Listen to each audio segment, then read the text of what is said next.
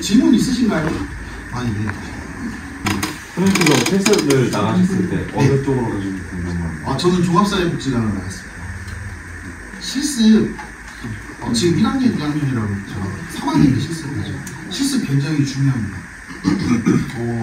학교에서 배우는 것들은 나중에 일할 때 조금씩 이론 같은 것들이 보여져요. 그런 것도 있고, 실습은 실제로 복지관에서 일을 해보면서 내가 사회복지 현장에서 하는 일들을 직접적으로 경험을 해보는 거기 때문에 저 종합사회복지관에 실습할 때 아이들하고 수영장에 갔어요. 수영장에 갔을 때 과연 담당자는 아이들보다 빨리 씻을 것인가 천천히 씻을 것인가. 근데 정답은 좀 빨리 씻어야 된다 했거든요. 물론 뭐 두세 명이 있으면 나눠서 하지만 네가 아이들을 케어하느냐고 늦게 씻으면 그 아이들이 다 씻고 나왔을 때 그 아이들을 어떻게 케어할 거냐, 뭐 이런 것도 그때 배웠었거든요. 그래서 지금도 어디 나들이를 가거나 이용자분들 모시고 가면 항상 장애인 쪽은 그렇습니다. 전중에 다 사람을 대치를 해야 돼요. 잊어버릴 수도 있고 하기 때문에 그런 것들은 진짜 실습 아니면 배우기가 어렵습니다. 또 질문 있으실까요? 예. 좋은데? 그 자립지원센터 아까 봤었는데 네. 그 지역에서 자활센터랑 다른 건지. 자립지원 팀? 네, 팀. 자활센터는 지역에 있는 자활센터는 장애인뿐만 아니라 조건부 수급자분들이라고 하죠. 일을 해야 수급비를 준다. 장애인뿐만 아니라 모든 전체 인구 중에서 그런 이제 기초생활 수급자 중에서 조건부 수급자분들이 일을 하시거나 할 수 있게 하는 데이기 때문에 거기는 사업단을 운영을 해요. 자활센터 같은 경우는 대부분 일반 고용의 사업단을 운영을 해서 거기서 실제적으로 소득도 많이 발생이 되고요. 그리고 기능이 장애인분들보다는 월등히 높다고 할 예를 들어 서천 지역 같은 경우는 자활사업단이 쪽파 농사도 짓고요. 그리고 한산 소국주 만드는 것도 있고요. 그리고 세탁하는 것도 있고요.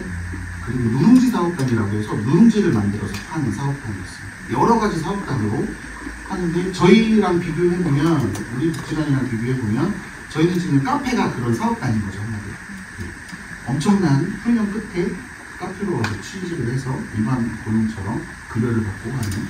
그래서 자활센터랑 복지관의 이런 일자리 자립지원 팀랑 비교를 하자면 자활센터는 장애인뿐만 아니라 더 많은 이용자분들을 케어하고 조금 더 급여적인 부분이나 이런 것들도 사업단으로 운영해서 규모가 크다고 말씀드릴 수 있을 것 같습니다. 네, 감사합니다. 네. 또 질문 있으실까요?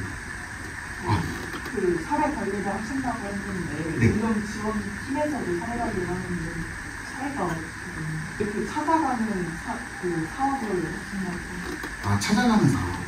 약간 다른 건데.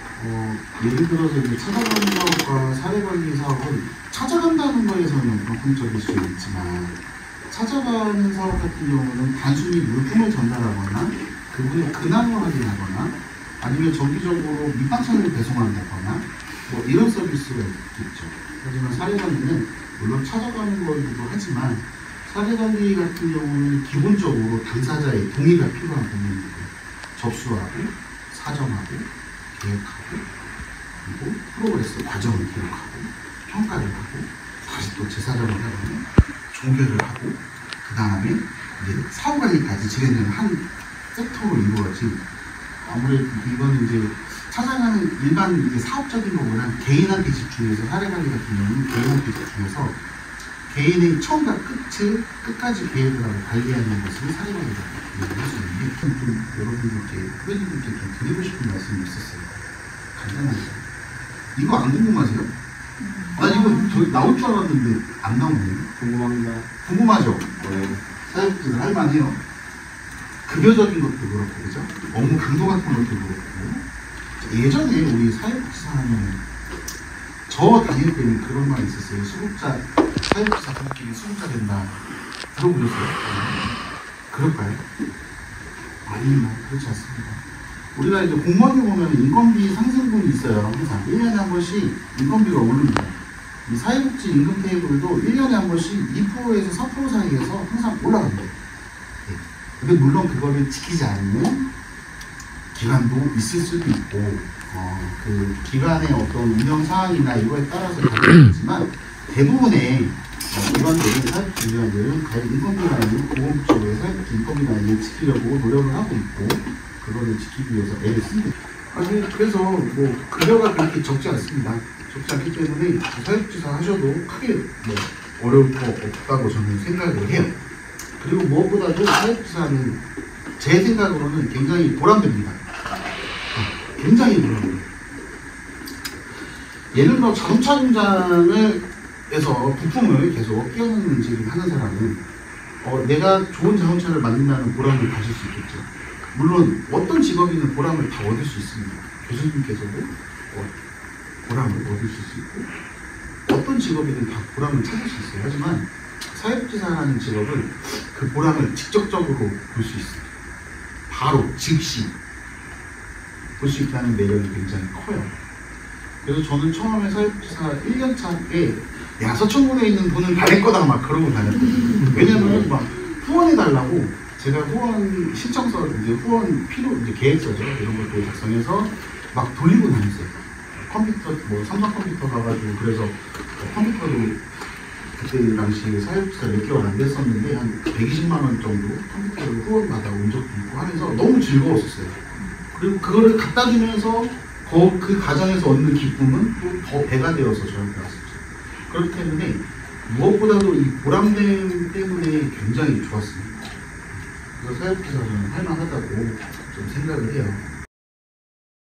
네, 오늘 서천 어메니티 복지마을에 1학년들, 2학년들과 같이 현장 탐방 프로그램으로 방문을 했었는데요. 여러분들이 미래 내 직장으로서 좀 서천이라고 하는 작은 또 중소도시에 복지기관들이 이렇게 다 집적되어 있는 이런 기관들은 어떨까라고 하는 거에 대해서 생각할 수 있는 기회가 됐기를 바라고요.